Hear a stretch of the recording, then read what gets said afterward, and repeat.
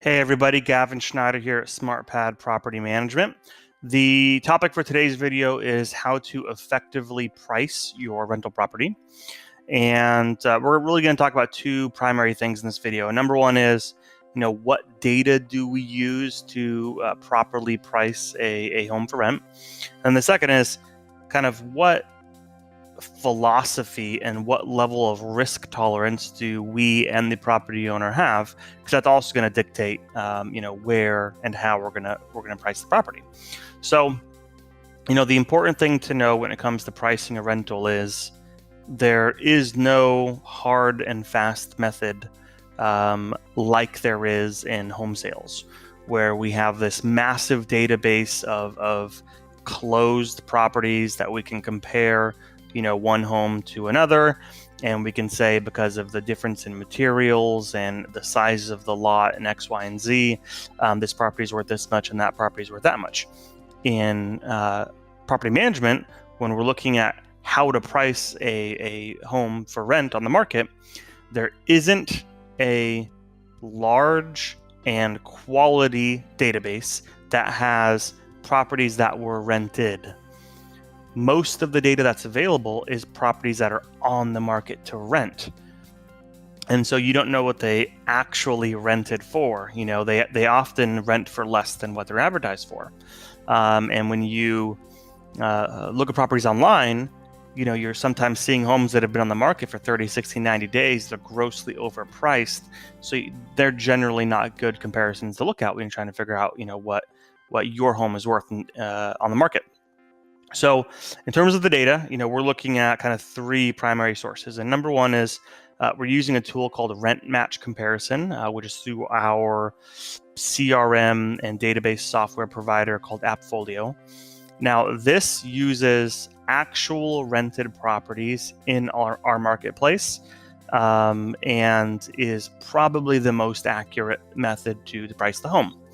So when we look at this home here, for example, is for one of our properties, Mr. Dehan, and he's up on South Hill, and we're renting his home for $1,550, and he has a 3-bed, 2.5 bath, and 1,238 square feet.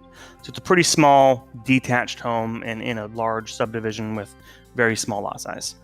And what the data here shows us is that his home at $1,550 is slightly above the median of other rented properties in the area, the median being between $1,500 and $1,524, right at $1,550. But you can see there's a range of a low of $1,275 per month and $1,725 per month. We'll talk a little bit about philosophy later, but you have to assess what the conditions are in the marketplace, what kind of tenant you're looking for. How does my property compare against the other property to determine where inside of this bandwidth, you're going to price the house. And in this case, he's pretty darn close to right down the middle. And the data available shows us all kinds of things, how many beds and baths, square feet, when they were rented, what they rented for, and so on. And so we're able to make a pretty good estimate of what your home should rent for based off of this data here. Now, another source that we use is what's called RentOMeter, and we have a professional account at RentOMeter. And the difference between this and the AppFolio data is that this is primarily on the market rentals or homes that have rented but didn't register what price they rented at, and so we're going off of what price they were advertised at. So this data set tends to show us slightly higher numbers of what a home should rent for because it's using the for rent instead of the rented data. And so for that same home on South Hill and Puyallup, when we're looking at 3-bedroom, 2-bath houses within the last 18 months within a 1.5 mile radius, right? There's a pretty good subset of homes here that we have. And this is showing us that our home is renting for a little bit on the lower side, but it's reasonable for the area. And this is showing an average of $1,779. But what it also shows us is that 80% of all single family detached listings were advertised for rent, between $1,550 and $2,000, and then 60% between $1,595 and $2,000. So because we know that this is using slightly less accurate data, we can generally take, say, 10 or 15% off of the median price of this data, and it's going to give us a better number of what we should go on the market at. And so when we take that $150 or $200 off a month, 10, 15% from this median of $1,745, that brings us right back to $1,550. And similar to the AppFolio data, it shows us all the properties that they were using, how far away they were, price, square footage, beds, baths, and when they were last seen online. So lots of good data there. Third method, take a quick look at for rent sites like Zillow and HotPads and Apartments.com and these kind of sites, and we'll pull up what's actively on the market in the area around the home that you are renting out to see, what does the competition look like, okay? Now, and this is the least accurate, right, of all the methods. So that's the data approach, right? How we can effectively price a house so that it rents to a quality tenant. So the second part of pricing your home appropriately is trying to assess what your risk tolerance is as the owner and kind of your general philosophy towards these things. And what I mean is, for this house here for Mr. Dehan that we're on the market at $1,550, we could easily put it on the market at $1,850 or $1,900 a month. There's nothing wrong with that. We can probably find other rentals of similar size and square footage that have overpriced and are at $1,950. And heck, you may even find a potential tenant at that price of $1,900 per month.